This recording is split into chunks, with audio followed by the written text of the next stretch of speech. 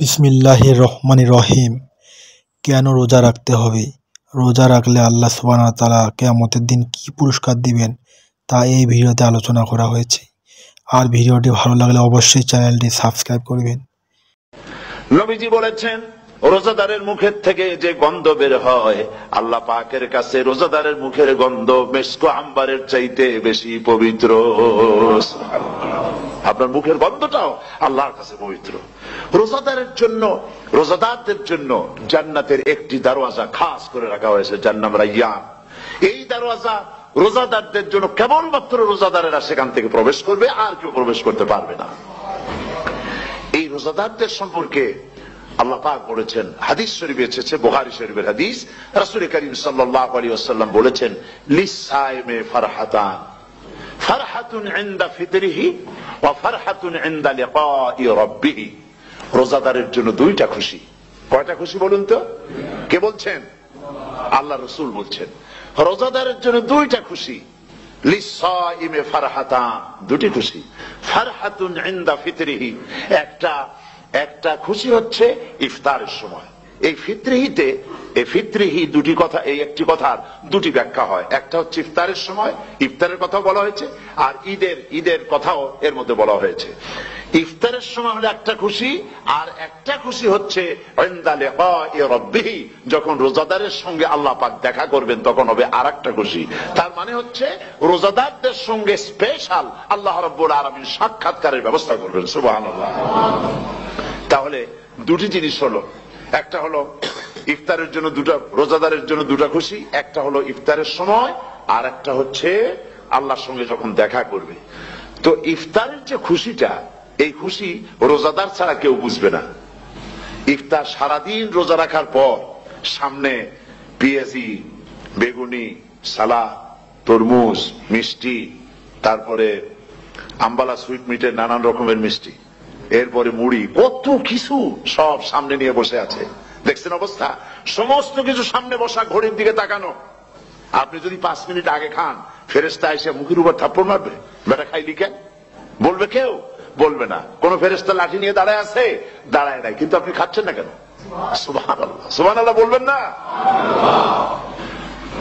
অন্তত 1500 বছর আগে আল্লাহ রাব্বুল আলামিন নির্দেশ করে রেখেছেন, সূর্য সাদা হওয়া থেকে, পূর্ব দিগন্ত সাদা হওয়া থেকে শুরু করে পশ্চিম দিগন্তে যখন কালো রেখা দেখা দেবে, যখন মাগরিব হয়ে যাবে, সূর্যাস্ত যাবে, ততক্ষণ পানাহার আর স্ত্রী সম্ভোগ থেকে বিরত থাকো। 1500 বছর আগের আল্লাহ রাব্বুল আলামিনের এই নোটিশ কিভাবে কার্যকরী হচ্ছে উম্মতের মধ্যে, মুসলমানদের ভেতরে।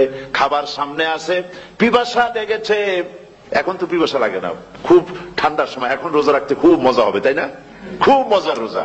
কিন্তু এই রোজা যখন জুন মাস আর জুলাই মাসে আসবে, তখন টের পায় মানুষ রোজা কাহাকে বলে। প্রচন্ড পিপাসা, সামনে সব খাবার পড়ে আছে। একটা খাবারের দিকে রোজাদারের হাত যায় না, ঘড়ির দিকে তাকায় আর চুপ করে বসে বসে আল্লাহর জিকির করতে থাকে। আল্লাহ কয়, ফেরেশতারা দেখ, এই বান্দা বানাইতে নিষেধ করছিলি। সুবহানাল্লাহ। আল্লাহ খুশি হয়ে যান।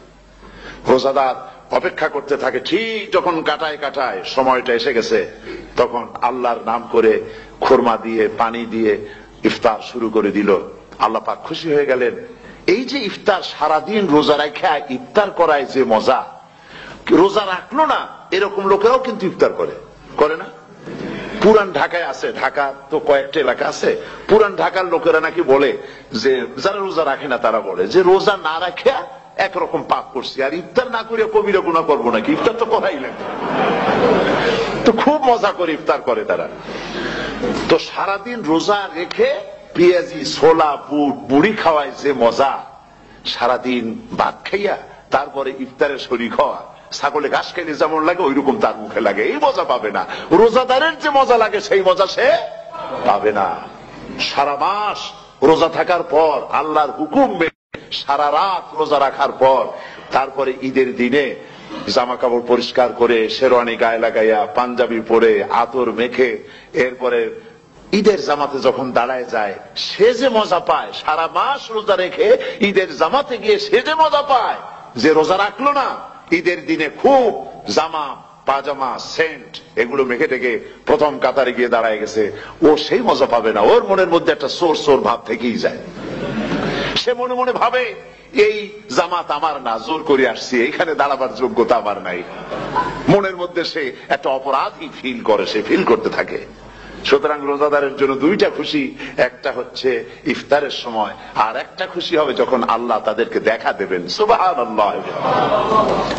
এই রোজা আল্লাহ পাক দান করেছেন। আচ্ছা, কি জন্য রোজা আমাদের দিলেন?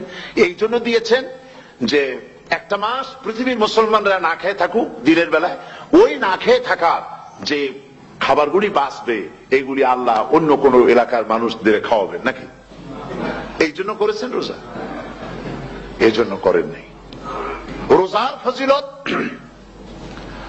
আল্লাহর নবী বলেছেন, রমজান মুবারকের এত ফজিলত, মানুষ যখন কোন ইবাদত করে আল্লাহ পাক সেই ইবাদতের নেক আমলের সওয়াব 10 থেকে শুরু করে 700 পর্যন্ত বাড়ায় দেন। 10 থেকে শুরু করে 700 বাড়ায় দেন, ইল্লা সাওম, রোজা ছাড়া। নবীজি বলেছেন, রমজান মুবারকে কেউ যদি একটি নফল কাজ আদায় করে, একটি নফল ইবাদত করে, অন্য মাসের একটি ফরজ আদায় করার সওয়াব আল্লাহ পাক নামায় আমলে দিয়ে দিবেন। রমজান মুবারকে কেউ যদি একটি ফরজ আদায় করে, অন্য মাসের 70টি ফরজ আদায় করার মতো সওয়াব আমলনামায় আল্লাহ দিয়ে দিবেন। সুবহানাল্লাহ। এই মাস আমাদের সামনে, আল্লাহু আকবার বলি, আল্লাহু আকবার বলি, আলহামদুলিল্লাহ। এই পবিত্র মাস আমাদের সামনে। এই মাসে এত সওয়াব, নফল হয় ফরজের মতো, আর ফরজ হয় 70টা ফরজের মতো। এত সওয়াব কেন হইল? আমরা না খেয়ে থাকি সেই জন্য নাকি? বলতে পারেন কেন হলো? একটি কারণ, শাহরু রমাদান আল্লাযী উনজিলা ফীহিল কুরআন। সুবহানাল্লাহ বলবেন না? এই রমজান মাস হচ্ছে সেই মাস যে মাসে আল্লাহ রাব্বুল আলামিন কোরআনে কারীমকে নাযিল করেছেন। এই মাসের মধ্যে একটি রাত আছে, খায়রুম মিন আলফি শাহর, যে রাতটি 1000 মাসের চাইতে বেশি গুরুত্বপূর্ণ আল্লাহর কাছে। সুবহানাল্লাহ। একটি রাত 1000 মাসের চাইতে গুরুত্বপূর্ণ। 1000 মাস ক্যালকুলেটর দিয়ে হিসাব করলে দেখা যায় যে 1000 মাসে 83 বছর 4 মাস হয়। তাহলে তার অর্থ কি এই যে একটানা 83 বছর 4 মাস ইবাদত করলে যে সওয়াব হবে, এই রাত্রে ইবাদত করলে সেই সওয়াব হবে? হতে পারে, এরকম হতে পারে, কিন্তু ব্যাখ্যাটা কি? ব্যাখ্যাটা হচ্ছে, আরবিতে আলফুন শব্দ দিয়ে 1000 বোঝানো হয় না। আরবিতে যখন আলফুন বলা হয় তাহলে বোঝা যায় সংখ্যাধিক্য, বিপুল সংখ্যা, হাজার হাজার হাজার হাজার, থাউজেন্ডস এন্ড থাউজেন্ডস। এইটাকে বোঝানোর জন্য আরবিতে ব্যবহার করা হয় আলফুন, হাজার হাজার। তাহলে আল্লাহ কি বুঝাতে চাচ্ছেন?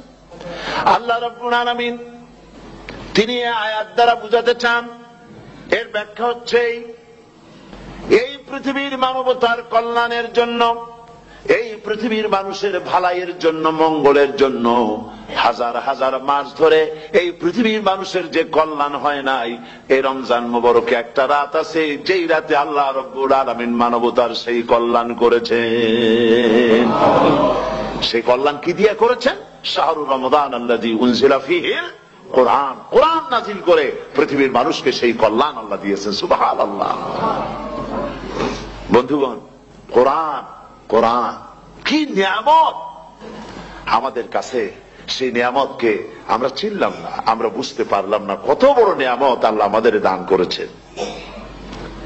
এই কোরআন যেন আপনি শুনতে পারেন, পড়তে পারেন, বুঝতে পারেন, সেই জন্য আল্লাহ রাব্বুল আলামিন শরিয়াত কি সুন্দর ব্যবস্থা করেছে।